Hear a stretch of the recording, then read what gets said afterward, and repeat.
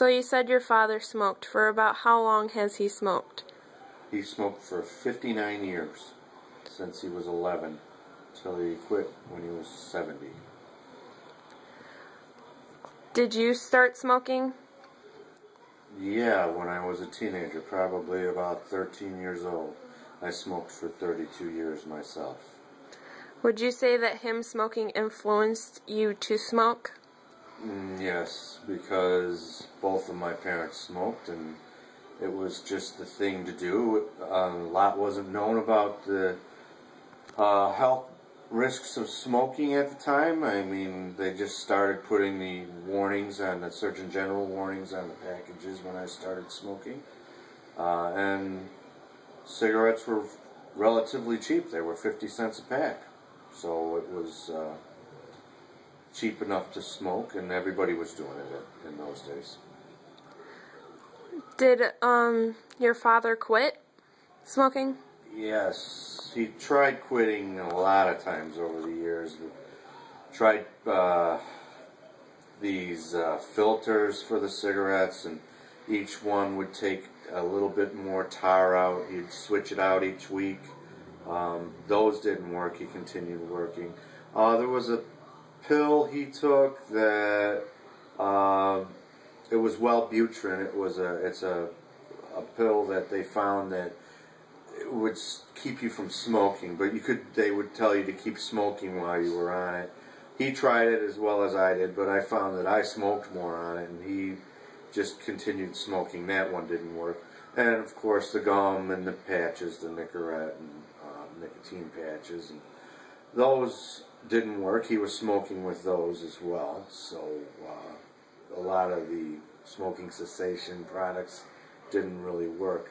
Up until the time they came out with Chantix, and he had mentioned to his doctor, because at the time he was about 70, he started going to the doctor more because he was starting to have blood pressure problems and breathing problems, because he was diagnosed with COPD when he was around my age, when he was 50 years old, and he couldn't stop smoking. That's when he started trying all these smoking cessation products. Sorry, but Chantix did work for him, and he did it in October. He quit in October. I can't remember exactly what year, but he was 70, and he had mentioned it to me, and I actually got a prescription from my doctor in January, and I quit that January after 2 weeks, and I was forgetting to take the pills, so I was able to stop smoking.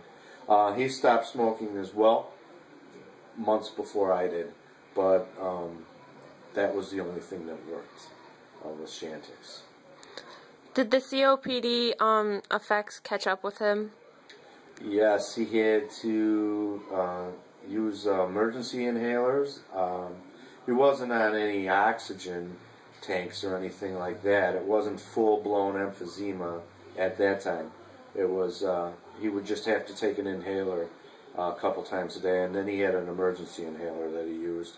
But yeah, it was he was getting out of breath just walking from the garage to the house, or from the computer room in his house to the kitchen. He would get out of breath.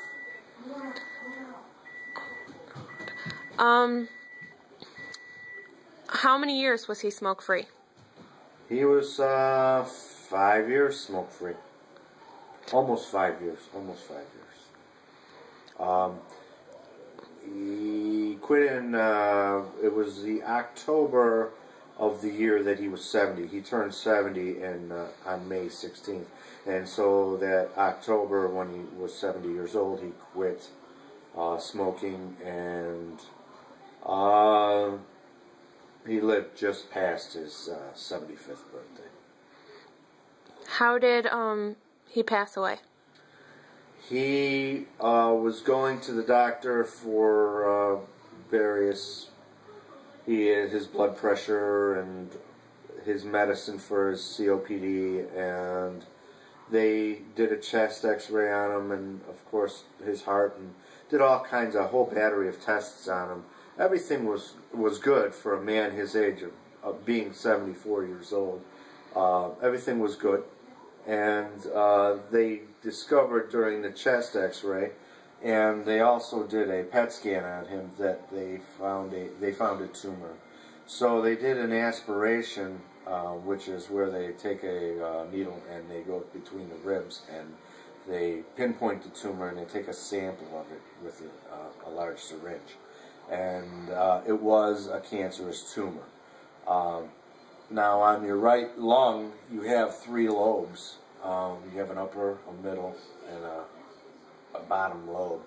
And to make sure they got all the cancer, they wanted to take the whole bottom lobe of his right lung out, which happened on April 27th, 2010. And so they took the whole right lobe out. He was good for 2 days, and he actually had his lung collapse, and that put him down. And from there, they just had to keep draining his right lung because he contracted pneumonia while he was in the intensive care unit. And then he went septic, and they got him out of that pretty quick, thank God. But his lung kept filling up with fluid. His right lung kept filling up with fluid. And so they couldn't keep his lung clear. And his lung was more or less sticking together because it was sticky. And so it would fill with fluid, and when they would drain it, it would stick together. So it wasn't re-inflating. And he stayed in intensive care for 2 weeks. And in the hospital, that's they pretty much only keep you in intensive care for a couple of weeks until they decide that they can't do anything more for you. I forgot to mention that by this time, what had happened was they had put a tube down his throat into his mouth. He was on morphine and a couple other drugs, and that was having a bad effect on him. He was pretty much out of it most of the time. And then they had to make an incision and do a tracheostomy on him and put the tube in there, so he couldn't talk anymore. So he had basically tubes everywhere, and the respirator, the ventilator was breathing for him because he was knocked out with such heavy-duty drugs all the time. He was mostly out, and the ventilator was breathing for him. Well, they shipped him out to a place that was supposed to wean him off the ventilator, and I rode in the ambulance with him. They had his oxygen level set lower, about 20% lower than it was set for in the hospital. They had a portable ventilator, and it was set for 20% lower than it was actually in the hospital. And he was really struggling all the way there. And, so he basically struggled from the time we left the intensive care unit to this place where he was supposed to get weaned off the ventilator, and from there it was downhill. They basically, it seemed like they shoved him in the corner room of this floor, and they didn't give him the care he needed. He needed oral care where his mouth was swabbed out every day, and he just grew a mold in his mouth, and his lung just kept filling up, and the doctors weren't sure what they were looking at when they would do this bronchoscope on him, and they thought that at that place that he had 2/3 of his right lung taken out, and he had 1/3 of his right lung, and it was because it was sticking together, and it wasn't, when it was filling with fluid, it wasn't coming apart, it was staying together, so it was like the top third of his right lung was just filling up with fluid. They were unsuccessful at weaning him off the ventilator, So after 2 weeks there, they